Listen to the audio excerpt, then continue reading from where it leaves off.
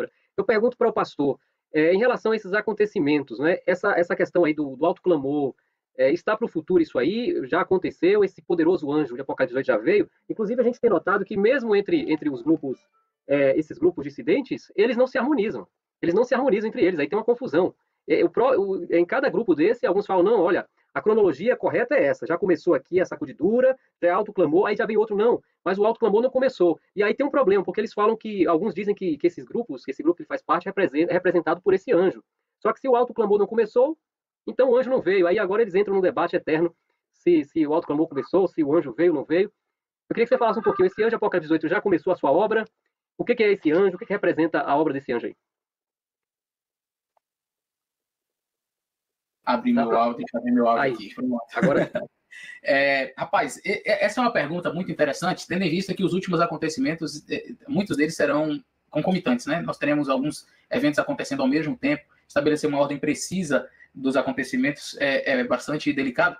Agora, eu posso dizer a você que o alto clamor não começou, não. Não começou, não. A gente vai perceber isso em diversos textos do Espírito de Profecia, quando você vai perceber sempre o alto clamor do terceiro anjo sendo projetado para o futuro. E aí você vai ver, por exemplo, aqui, olha, o terceiro anjo, ele tem 4 mensagens muito importantes, que são os 10 mandamentos, a justificação pela fé, a reforma de saúde, que envolve muita coisa, não só deixar de comer carne, como alguns pensam, e o santuário. Então, há vários textos que comprovam isso que eu estou falando aqui, eu não vou ter, se vocês quiserem, eu posso depois passar, mas a mensagem da justificação pela fé é parte da mensagem do terceiro anjo, a reforma de saúde também, o santuário é parte da mensagem do terceiro anjo. E aí, o anjo de Apocalipse 18, o texto do Espírito Profecia, para mim, que é mais claro, está no livro Mensagens Escolhidas, volume 1, página 192, na verdade diz assim, eu não tenho tempo nenhum específico para falar, no qual tenha lugar o derramamento do Espírito Santo, a chuva serôdia, quando o poderoso anjo descer do céu e se unir com o terceiro anjo na conclusão da obra para este mundo. Minha mensagem, que é a nossa única segurança, estamos prontos para o refrigério celeste, tendo nossas lâmpadas preparadas e ardendo. Ora, se o anjo já tivesse descido, se a mensagem já tivesse começado a proclamar, um outro texto é o texto que o pastor Benildo citou, o terceiro anjo vai voar pelo meio do céu, e anunciando os 10 mandamentos de Deus, o testemunho de Jesus representa a nossa obra, e ela diz assim, a mensagem não perde a sua força no voo progressivo do anjo, pois João vê crescendo em resistência e poder, até que a terra inteira seja iluminada por sua glória.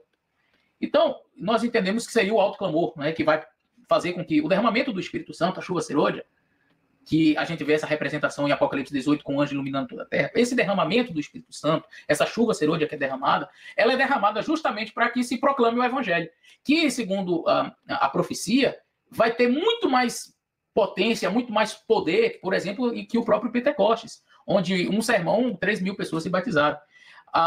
Então, a mensagem do terceiro anjo, ela vem crescendo, e o anjo de Apocalipse 18, que vai unir-se, e aqui a gente é bem claro um texto, né, onde fala da união desses dois, vamos dizer assim, desses dois anjos. O anjo de Apocalipse 18, ele vem unir-se à mensagem do anjo de Apocalipse 18, que não é nada mais, nada menos do que a segunda mensagem de Apocalipse 14, da segunda mensagem angélica, só que com um adendo, sai dela, povo meu. Você tem essa mensagem unindo-se à mensagem do terceiro anjo e tomando uma característica, o volume de um alto clamor. É assim que está escrito. Então, o primeiro texto eu não tenho um tempo específico para dizer quando acontecerá. Ellen White que disse isso. Aí tem gente que diz, já aconteceu. Cara, você sabe mais do que a profetiza, é mesmo? Ela diz, olha, eu não tenho tempo para falar quando isso vai acontecer. Quando o anjo de Apocalipse, esse anjo poderoso, virá para unir-se, né, ao terceiro anjo e avolumar-se em um alto clamor. Aí tem gente que diz assim, não, já veio. Aí Ellen White diz, mas eu não sei quando virá, não, mas já veio. Então, tem algumas pessoas que colocam numa posição de mais ou menos assim, eu sei mais do que a profetiza. E aí, então, um outro texto que está na Review and Herald de 1891 diz assim, a chuva serôdia há de cair sobre o povo de Deus. Um poderoso anjo descerá do céu, e toda a terra iluminará com sua glória. Estamos preparados para tomar parte na gloriosa obra do terceiro anjo. Veja, porque algumas pessoas dizem assim, o terceiro anjo, né, deu lugar ao anjo de Apocalipse 18, até inventam uma nomenclatura, o quarto anjo, que a Bíblia não fala. A Bíblia fala do anjo de Apocalipse 18, um anjo. Mas aí as pessoas já botam o terceiro anjo de escanteio, dizem esse aqui caiu, agora nós somos o quarto anjo. Aí o texto diz assim, A chuva serôdia há de cair sobre o povo de Deus, um poderoso anjo descerá do céu, está falando do anjo de Apocalipse 18, e toda a terra se iluminará com a sua glória. Ele vem porque o outro não deu certo, e diz assim, estamos preparados para tomar parte na gloriosa obra do terceiro anjo?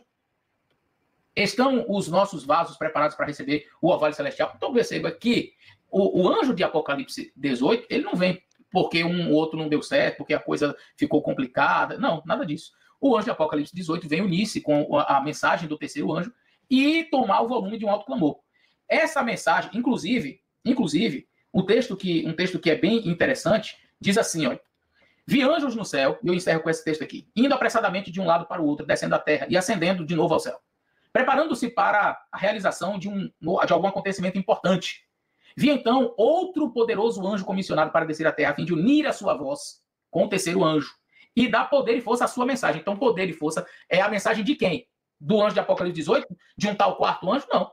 O anjo de Apocalipse 18 está vindo, olha, vi então outro poderoso anjo comissionado para descer à terra, a fim de unir a sua voz com o terceiro anjo e dar poder e força à mensagem do terceiro anjo. De quem é a mensagem? É do terceiro anjo. Não é de um quarto anjo, não é do... Não.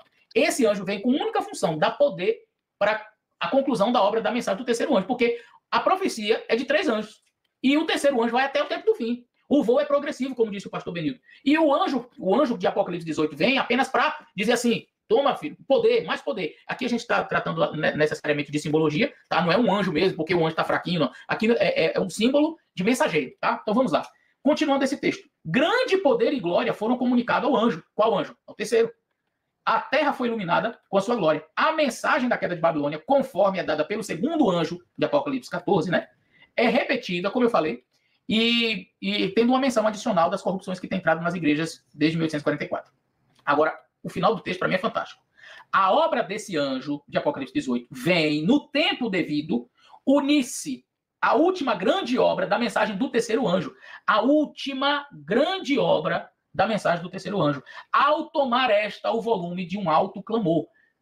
Quando o anjo de Apocalipse 18 descer e vem para unir-se à obra do terceiro anjo, e ele vai tomar um volume de um alto clamor. Então, para mim, textos mais claros que esses são impossíveis, né? A pessoa chegar e ainda dizer que já aconteceu, que desde 1888 que já aconteceu, e Ellen White dizendo, não vai, eu não sei quando, vai acontecer ainda, e vai tomar um volume de um alto clamor. O anjo de Apocalipse 18 vem. E por que isso? Porque, assim como teve a pregação da primeira mensagem angélica ali com Miller, antes de 1844, e aí houve o primeiro desapontamento, a Ellen White diz assim, a mensagem do segundo anjo estava fraca, porque já houve um desapontamento, o pessoal já estava meio desacreditado. Aí chega Samuel Snow e diz assim, olha, 1844 é o 22 de outubro, ele faz todos aqueles cálculos, aí isso deu um impulso, isso deu um poder à mensagem, de forma que avançou. Aí a mensagem do segundo anjo foi proclamada. E aí, quando a gente vai para o texto, depois que acontece esse grande desapontamento em 1844, a gente diz assim, vixe, e agora? Será que o terceiro anjo vai ter poder para pregar? Porque depois de um desapontamento tão grande, como é que a gente vai pregar essa mensagem? E aí ela diz assim, que a mensagem do anjo de Apocalipse 18 vem unir-se à mensagem do terceiro anjo, assim como o clamor da meia-noite, que foi o noivo está demorando, mas ele vai vir pregado ali por Samuel Snow, e ajudar. A mensagem do terceiro anjo, ela é fortalecida pela mensagem do anjo de Apocalipse 18, assim como o clamor da meia-noite foi para a mensagem do segundo anjo, que estava, vamos dizer assim, fraca, sem poder. Então, da mesma forma como houve um poder gigantesco e a mensagem do segundo anjo foi proclamada, aí teve o segundo desapontamento, com um grande desapontamento, a mensagem do terceiro anjo estaria fraca, né? Como é que vai proclamar agora diante de um desapontamento tão grande? Aí vem o alto clamor. Então, alto clamor e clamor da meia-noite têm funções muito parecidas. O clamor da meia-noite veio para impulsionar a mensagem do segundo anjo, porque houve o primeiro desapontamento, assim como o alto clamor virá para impulsionar a mensagem do terceiro anjo. Esse é o entendimento correto. Colocar para ser denominação, para ser igreja, dizer que é quarto anjo, é completamente fora do que está escrito. Muito bom.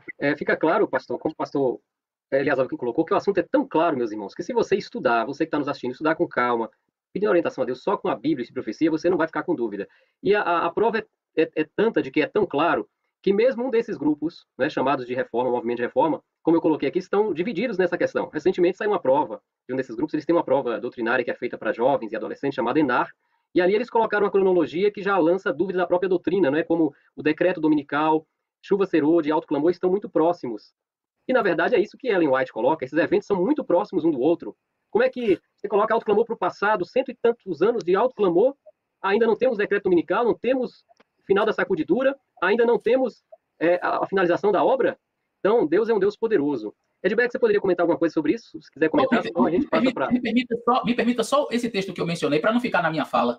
E o pessoal diz assim, o pastor falou, mas não provou nada. Só esse último texto, que eu li vários, a mensagem da queda de Babilônia, conforme é dada esse texto que eu li, pelo segundo anjo, é repetida com a menção adicional, né, das corrupções que tem entrado nas igrejas de 1844. E aí o texto que eu li, eu não li ele na íntegra, mas diz assim, a obra desse anjo vem no tempo devido, unir-se à última grande obra da mensagem do terceiro anjo, ao tomar ela o volume de um alto clamor. E aí termina dizendo assim, essa mensagem pareceu ser adicional à terceira mensagem, unindo-se a ela, assim como o clamor da meia-noite se uniu à mensagem do segundo anjo em 1844. Então, era esse o texto que eu tinha mencionado, eu mencionei, mas não li, era exatamente essa a ideia, de que o anjo de Apocalipse 18, ele tem uma função muito idêntica ao que aconteceu no clamor da meia-noite lá em 1844. O anjo agora, depois de 1844, teve aquele desapontamento terrível, aí todo mundo ficou assim, né, abatido, e agora, como é que a gente proclama? Como é que vamos proclamar uma mensagem dessa para o mundo? Aí vem o anjo de Apocalipse 18 e diz, vou impulsionar você para você proclamar a mensagem ao mundo todo, assim como foi o clamor da meia-noite em 44. E essa proclamação está ligada também com o poder do Espírito Santo, não é? Aí a gente sabe que serôdia, exatamente. Chuva serôdia, não é? Assim como no Pentecostes precisaram de uma porção dobrada, como é que nós vamos terminar a obra sem o poder do Espírito Santo? Então a chuva serôdia vem sobre a igreja. E podemos dizer claramente que não veio. Agora, Edbeck poderia até comentar, ele já fez uma pesquisa sobre isso, né? Que no início de um desses movimentos, eles falavam, inclusive, que já era o alto clamor e já estava tendo a chuva serôdia, olha só. Edbeck poderia comentar alguma coisa sobre isso e rapidamente para a gente entrar para a próxima pergunta, que vai ser para o Edbeck também aí a próxima. Já vamos aí englobando tudo, né, para ganharmos tempo. É tudo muito confuso, né? A mentalidade desses movimentos, quando você tenta encontrar uma coerência, você não consegue encontrar coerência. A primeira falta de coerência é entre a história desses movimentos e as descrições da profecia, né? Ou seja, a história desses movimentos, os processos pelos quais eles passam, não refletem as descrições proféticas. Então, aquilo que você falou, estamos aí há 100 e tantos anos vivendo já naquele período que é descrito como sendo a obra do anjo Apocalipse 18, não tem como. Não. A história não reflete o cumprimento da profecia. Outro problema que esses movimentos têm, né, esses que acreditam que o anjo veio em 1888, por exemplo, é a falta de prova textual mesmo, né? Ou seja, os textos que falam da vinda do anjo de Apocalipse 18, nós estamos tratando dos textos de Ellen White, esses textos colocam sempre a vinda do anjo como algo no futuro, e não como estando no passado, 1888. Até parece que existe uma preocupação assim muito repetitiva da parte de Ellen White de deixar claro que a vinda do anjo de Apocalipse 18 estava no futuro, né? Depois do período de 1888, não no passado. E o expediente ele foi tão complicado porque usaram de textos mesmo falsamente atribuídos a Ellen White, né? Dentro desse contexto aí, no movimento de reforma, existem pelo menos 3 textos que são atribuídos a Ellen White, que são textos que não foram escritos por ela, são textos apócrifos, né? Inclusive, aquele mais famoso, né, que diz que na Conferência Geral de 1888 desceu o anjo Apocalipse 18, foi rejeitado, etc., etc., que é o texto mais famoso desses apócrifos aí. Nós temos a presença desse texto na literatura reformista, revistas, lições da escola sabatina, pelo menos 2 vezes, né? Aparece nas lições da escola sabatina do movimento de reforma, ou seja, eles usaram repetidamente esse texto na literatura deles para dar suporte à vinda do anjo Apocalipse 18. Interessante que tem um vídeo aí na internet gravado por um apologeta do movimento de reforma que ele atribui a culpa deles terem usado esse... Que tal guardar na gaveta sua carteira da OAB e recomeçar? A Igreja Adventista, né? Que é a responsabilidade da Igreja Adventista. Ou seja, eles usam o texto apócrifo para dar prova a uma doutrina e depois a culpa da Igreja Adventista, né? Como se nós fôssemos os produtores do texto. Sendo que o uso mais antigo que temos desse texto é a literatura reformista, né?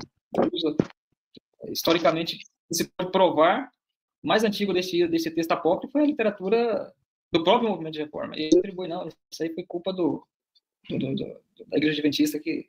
Né? Sei lá como, né, que foi essa culpa aí, mas é a culpa da Igreja Adventista, né? Não tem nada de culpa da Igreja Adventista, né? Interessante que o quarto anjo, a ideia do quarto anjo, só rapidinho aqui, né, lembrando dessa questão da culpa, né? O movimento de reforma, por exemplo, ele diz que o anjo veio em 1888, né, mas que o anjo Apocalipse 18, ao vir em 1888, ele não conseguiu fazer a sua obra internamente dentro da igreja. Por quê? Porque existia uma apostasia dentro da igreja que resistiu à obra deste anjo. E de 1888 até 1914, quando surge o movimento de reforma, então esse período é chamado de período embrionário, ou período de gestação do movimento de reforma. Ou seja, o movimento de reforma estava dentro do ventre da apostasia da Igreja Adventista do Sétimo Dia, esse anjo estava ali dentro do ventre sendo gerado, né? O período de gestação do movimento simbolizado pelo quarto ano. Quando chega em 1914, né, esse anjo ele nasce, né, a apostasia, né, o ventre da apostasia o expele, né? Ele nasce, agora ele está livre da apostasia. Aí o autor, né, os autores reformistas, eles mesmos fazem uma reflexão. Você poderia se perguntar, então, por que o anjo não fez a sua obra então? Ou seja, em 1914, né, não concluiu a obra toda, fez tudo aquilo que ele tinha que fazer. Por que ele não fez isso? Aí ele explica. O anjo não pôde fazer isso já em 1914, depois que ele veio à luz, né, saiu do ventre da apostasia, porque a igreja adventista, né, os antigos irmãos, eles ainda não tinham se apostatado completamente. Porque o anjo de Apocalipse 18, a mensagem tem que ser: sai dela, povo meu, né? Porque caiu grande Babilônia. Então, como a igreja adventista não estava ainda totalmente caída, totalmente apostatada, então o anjo não pôde dar essa proclamação. Porque tem que esperar a apostasia se completar totalmente para que a mensagem sai dela, povo meu, sai também a igreja adventista. Ou seja, em síntese, é sempre culpa da igreja adventista. O apócrifo é a culpa da igreja adventista, porque a igreja adventista que é culpada por esse apócrifo. O anjo do Apocalipse não deu conta de dar a mensagem lá em 88, porque a apostasia não deixou. Quando ele saiu para fora, né, que foi expelido do ventre da apostasia, ele não pôde dar a mensagem ainda, porque a apostasia não era suficiente. Ou seja, essa igreja adventista é um problema. Ela está apostatada demais, não é apostatada suficientemente. É uma coisa assim. Lunática mesmo. Ou apostata de vez ou não apostata, tem uma apostasia pequenininha. E sendo que o que aconteceu em 1888, que foi a mensagem da justificação pela fé, que foi dada, então eles dizem que essa era a mensagem que o anjo vinha de Apocalipse 18 para dar. Só que o Espírito de Profecia diz exatamente o contrário disso. Ela diz bem assim no livro Testemunhos para Ministros, páginas 91 e 92. Esta é a mensagem de Deus que Deus manda proclamar ao mundo. É a terceira mensagem angélica que deve ser proclamada com alto clamor e regada com derramamento do Espírito Santo em grande medida. E ela está falando da justificação pela fé. E outro texto que está na Mensagem Escolhida, volume 1, de 372, página 372, ela diz assim: vários me escreveram indagando se a mensagem da justificação pela fé é a mensagem do terceiro anjo. E eu tenho respondido: é a mensagem do terceiro anjo em verdade. Então, se alguma mensagem foi proclamada ali em 88, foi trazida, não foi do anjo de Apocalipse 18, porque a mensagem da justificação pela fé não é do anjo de Apocalipse 18, é a mensagem do terceiro anjo. Quem traz a mensagem da justificação pela fé é a mensagem é o terceiro anjo. Se dizem por aí que a igreja adventista é a representação do terceiro anjo e que outra denominação representa quarto anjo, anjo de Apocalipse 18, enfim, uma coisa fica clara: quem prega a justificação pela fé é o terceiro anjo. O anjo de Apocalipse 18 vem apenas para impulsionar, mas a mensagem da justificação pela fé, em todos os textos que eu encontro do Espírito de Profecia, a mensagem da justificação pela fé é a mensagem do terceiro anjo. Ela ainda diz assim: em verdade. Agora tem gente que não entende o texto, aí faz um detalhezinho, se eu pudesse, antes de você passar para o Benildo, e depois ele pode até fazer aproveitar o gancho e continuar aí, viu, Peter? Certo. O que o pastor Ângelo falou é muito pertinente, porque a mensagem de 1888 foi a mensagem da justificação pela fé. Ô, Eliazar, o pastor Ângelo hoje não compareceu. Botaram meu pai aí na live. Pastor Eliazar, tudo bem. Que honra ser comparado ao meu velho. Olha aí. Então, o que acontece? A questão da justificação pela fé, a mensagem, é muito importante, por quê?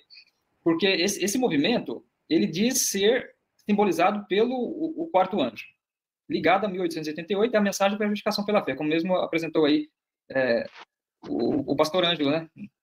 2.0, né? O pastor Eliazar. A versão... que sorridão aí. Versão moderna. Então, o que acontece?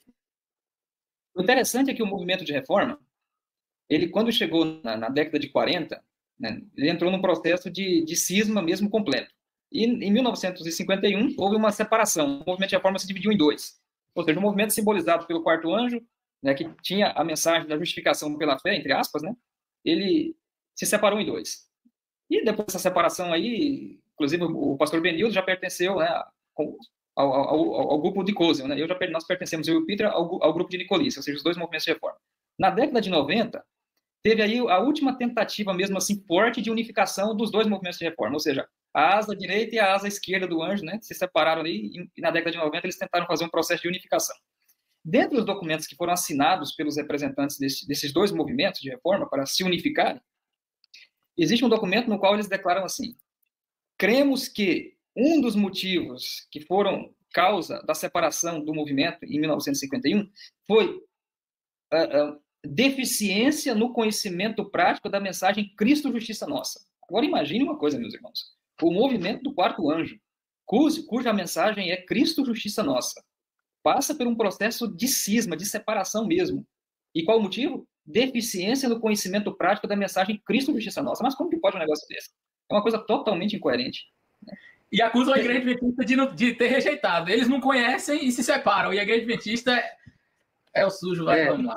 Uma curiosidade também, amigos. Isso é documento assinado, isso aí não é coisa que a gente está inventando, não. Tem uns documentos. Sim.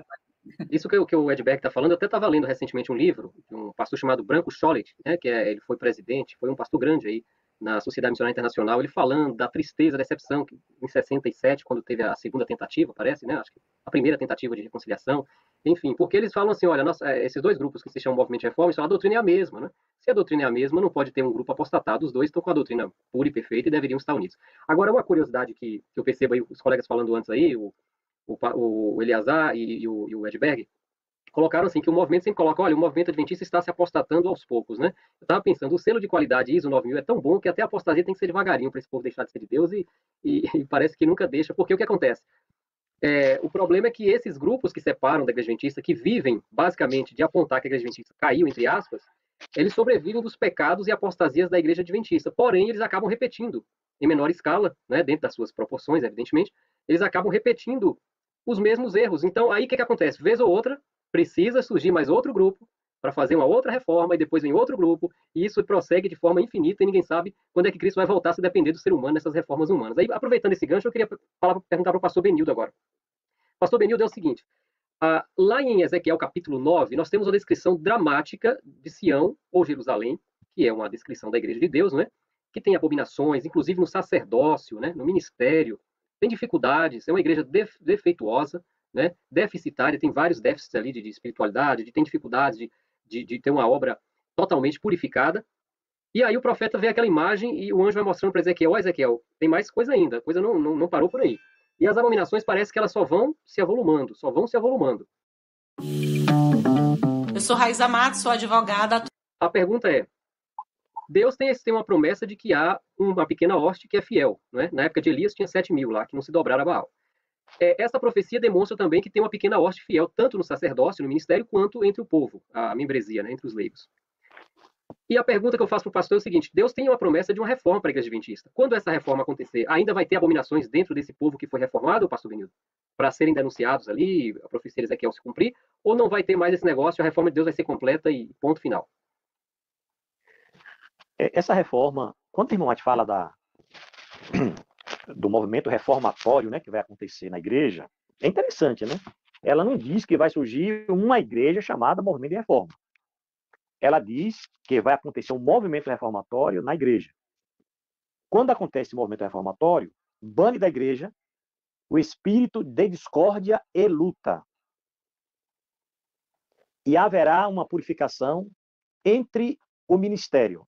Aí ela diz que Deus terá um ministério puro, santo e leal. Deus só vai ter um ministério puro, santo e leal na sacudidura. Agora, voltando para Ezequiel 9. Porque esses movimentos, que já se dizem movimentos reformatórios, eles propagam, pelo menos, que querem deter a pureza. No entanto, uma vez eu dialogando com um pastor, eu arranquei uma frase, rapaz, eu até gravei esse áudio, onde ele admite que na igreja dele tem abominações. Eu falei, mas rapaz, a tua igreja já é reformada? Já é um movimento reformatório e tem abominação? Porque nós admitimos que na igreja adventista, como disse o filho de Ellen White, Deus não permitiria que essa igreja apostatasse de tal forma que fosse necessário surgir um outro movimento, uma nova igreja, que nós temos problemas. A igreja débil, defeituosa, e temos abominações no meio da igreja. É por isso que a pequena hoste clama. A pequena hoste diz que lá ela ora e geme pelos pecados que se cometem na igreja. Não é uma mensagem de acusação. É interessante que a pequena hoste não transmite uma mensagem de acusação. A pequena hoste diz o quê? Ela clama, ela chora, ela ora pelos pecados que se cometem dentro da igreja. Então, essa profecia de Ezequiel 9, o que Ellen White escreve, só pode se cumprir na igreja adventista, porque nos outros movimentos não tem condições. Por que não tem condições? Porque eles já se julgam puros. Eles falam, nós não somos como vocês. Todos nós aqui já somos vegetarianos. E vocês, tem muita gente que não é vegetariana. E eles começam a enumerar. Então, como é que vai ter abominação lá? Quais são as abominações? Porque no momento que eles admitem que tem abominações, então eles se tornam iguais à Igreja Adventista. E eles não querem essa igualdade. Eles querem fazer uma diferenciação. Mas, no momento... Aí eles ficam, a gente fala assim, no beco sem saída. Ezequiel 9 se cumpre aonde? Na Igreja Adventista. Aí tem um movimento desses aí que diz que não. Que Ezequiel 9 não é para a igreja, é para o mundo. Olha que coisa. Diz que os que clamam estão clamando pelo mundo. Rapaz, um negócio absurdo. A irmã White fala claramente em seus escritos que se refere à igreja. Agora, não é a igreja, é ao mundo. Que a gente tem que clamar pelas abominações que comete no mundo. Claro que a gente clama também. Mas ela diz, mas as suas orações subirão em favor da igreja, porque os seus membros estão agindo conforme age o mundo. Então, a profecia, irmão Marcos e demais irmãos, que ela se cumpre na Igreja Adventista, não tem condições de se cumprir nesses movimentos separatistas e dissidentes. Muito, muito bem esclarecido, né? Alguns colegas querem comentar alguma coisa? Edberg? Até porque a própria profecia de Ezequiel 9 contempla um santuário, sacerdotes, aí, quer dizer, está falando do mundo. Nem tem como, não é, pastor Benito? Quando a gente vai ler, diz que o anjo vai, faz juízo e diz, começa pela casa de Israel. Aí o camarada diz que isso é o mundo, é? Eu nem sabia que tinha essa... Tem essa tese de que não, isso aqui não é para a igreja. Esse clamor, esse choro, é em favor do que se está cometendo no mundo. Não se refere à igreja. Que coisa absurda, né? O Edberg, quer comentar alguma coisa? Eu acho que, na verdade, não tem nem o que comentar mais, né? Porque ficou bem explicado pelo pastor Benildo. Só lembrando que o texto diz assim, né? Ellen White, ela comenta a situação do mundo, as apostasias do mundo, as situações entre as nações, e ela diz assim, mas as tuas orações subirão mais especialmente em favor da igreja, porque os seus membros estão agindo segundo a maneira do mundo, né? Ou seja, faz diferenciação clara entre o mundo, o que acontece no mundo, e o que eles estão mesmo sofrendo no momento, é aquilo que acontece na igreja. Agora, esses movimentos, eles vão progredindo, né? Eles vão tentando encontrar uma solução, né? Bem rapidinho mesmo. Eu me lembro que quando eu estava na escola missionária do Movimento de Reforma, do Movimento de Nicolice, surgiu em uma das aulas, surgiu esse texto e surgiu um debate entre os alunos na época, e com o professor. Mas aqui, eles estão suspirando por causa das abominações praticadas na igreja. Como que é isso daqui, professor? É dentro da nossa igreja ou é na igreja adventista? Aí, lá na época, o professor explicou o seguinte, veja bem. Irmãos, essa pequena hoste que suspira e geme, somos nós, o movimento de reforma, que estamos suspirando por causa das abominações que são cometidas na igreja, ou seja, na igreja adventista. Aí, claro, né, que os alunos depois, né, eu me lembro conversando com eles, né, mas isso aí não é verdade, porque nós, como reformistas, a gente tem uma coleção, né, de coisas que a gente vê na igreja adventista e que a gente usa com felicidade, né, para poder ganhar prosélito de lá. Ou seja, o reformista, em síntese, está comemorando essas abominações. Ele não está suspirando e gemendo, ele está festejando, né? Ele não está sofrendo, né? Porque... E recentemente já mudou, né? Eles estão dizendo agora que não é mais assim, né? Eu tenho visto aí entre os líderes que eu converso com eles, não, mas esse texto agora não se aplica mais à igreja adventista, se aplica ao movimento de reforma, porque aqui também temos as abominações. Inclusive tem esse pastor aí que o pastor Benildo citou, né? Que tem um áudio dele aí dizendo, não, mas nós temos aqui abominação também. Ou seja, não... Então, qual é a necessidade da existência deles? Se lá tem abominação também, porque lá a ideia não era sair daqui porque aqui tinha abominação e fundar um movimento que não tivesse abominação. Qual é a ideia de ter um movimento que tem abominação? Vem pra cá, ué. Não, porque a abominação reformista é a abominação profética, né? A abominação adventista não é profética.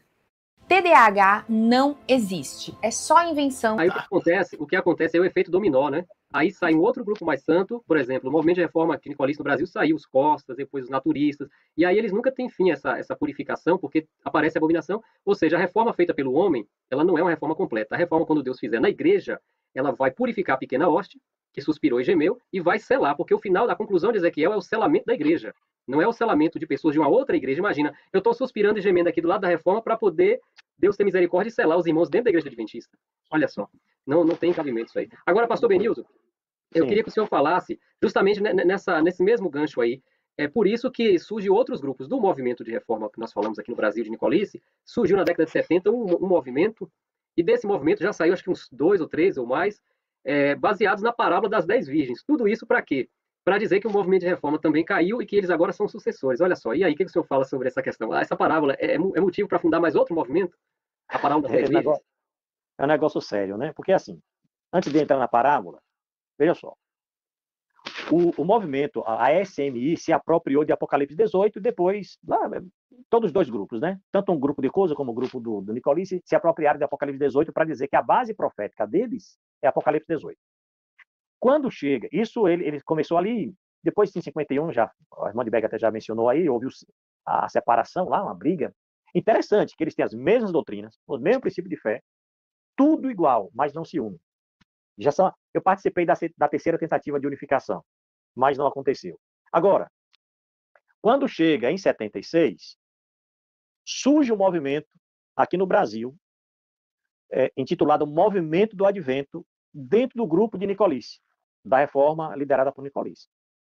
Então, aí surge o movimento, eles discordaram da reforma com relação ao quarto anjo, que a reforma não era o quarto anjo, e também dizendo que estavam dando o clamor da meia-noite, na parábola das 10 virgens. Aí, agora, eles fizeram gráficos sobre a parábola, e o estudo era sobre a parábola. Olha, alguns falam que nessa época, lá em 76, saíram 1.000 pessoas da Igreja da Reforma, alguns falam de 3.000. Foi muita gente que saiu, de fato, né? E se uniu e formou esse movimento, que não era registrado a princípio, chamava-se assim, Movimento do Advento, proclamando a mensagem, dizendo que estavam dando o clamor da meia-noite. E aí eles fazendo a aplicação da parábola, a primeira aplicação, a segunda aplicação agora da parábola. Esse movimento foi, quando chegou em 82, esse movimento briga. Os líderes lá brigam, como a reforma brigou em 51. Aí esse movimento agora briga. Um grupo de líderes disseram, não, nós não estamos dando o clamor da meia-noite. Ali em 76 foi a saída das virgens. E agora forma outro movimento. Depois eles se organizaram. Aí hoje está organizado, né? É um movimento chamado Movimento Adventista Naturista e o Movimento do Advento. Então, eles se apropriam da parábola das 10 virgens para dizer, nós temos aqui uma base profética. Aí um diz, não, em 76 foi a saída das virgens. O outro diz, não, em 76 foi o clamor da meia-noite. Só uma coisa, irmãos. Quando a gente analisa a parábola das 10 virgens, que é interessante, é importante a gente analisar, estudar o que aconteceu lá em 44, teve um cumprimento, de fato teve um cumprimento da parábola, e está tendo esse cumprimento agora também. Inclusive, a irmã chega a mencionar que nós estamos no tempo de tardança. Ela chega a mencionar isso. Então, veja, mas quando a gente... Vamos lá, a questão do clamor da meia-noite. O grupo que prega está dando o clamor da meia-noite desde 76, tem mais de 50 anos, né? O clamor da meia-noite em 44 foi algo extraordinário. Eu tenho um pensamento aqui, que está no livro O Grande Conflito, eu gostaria de ler para vocês, que diz assim, ó,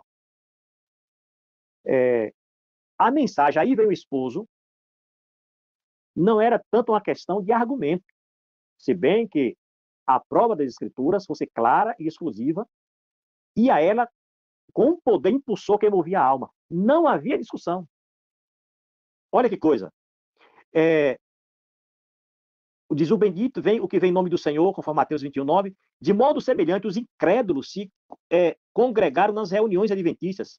Alguns por curiosidade, outros meramente sentiram o poder convincente que acompanhava a mensagem. Aí vem o esposo, que era o clamor da meia-noite. Então, as características do clamor da meia-noite em 1844 foi algo extraordinário, poderoso. Agora, eles dizem que hoje estão dando o clamor da meia-noite.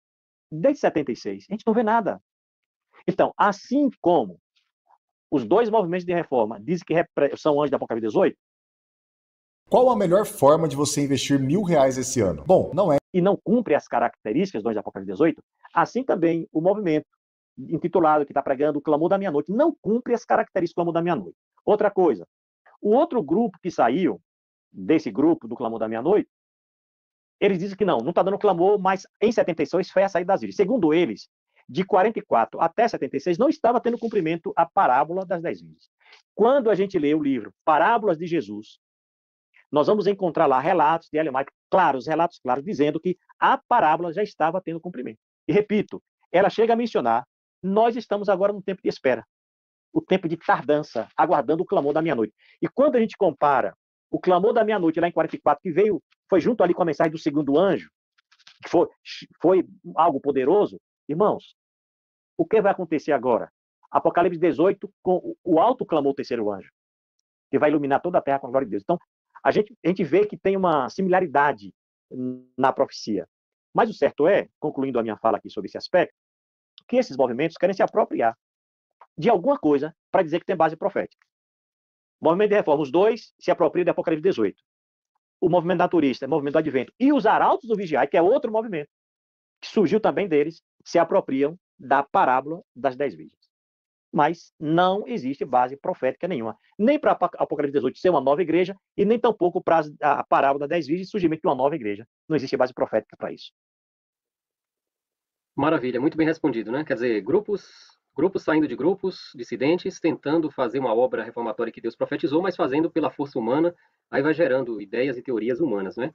Que não tem sustentação, não tem base profética, e aí a gente vê, na verdade, uma confusão, né? De fato, um estado aí babilônico. Isso sim é um estado de Babilônia, né? Uma confusão sem fim. Agora nós já estamos caminhando para a conclusão da nossa